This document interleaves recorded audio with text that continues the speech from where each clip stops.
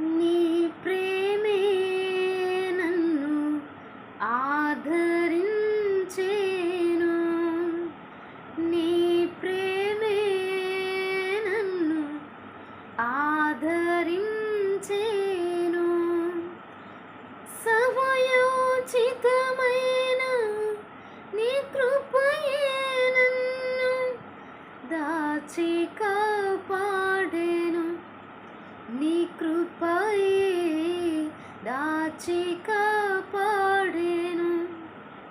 నీ ప్రేమే నన్ను ఆదరించేను.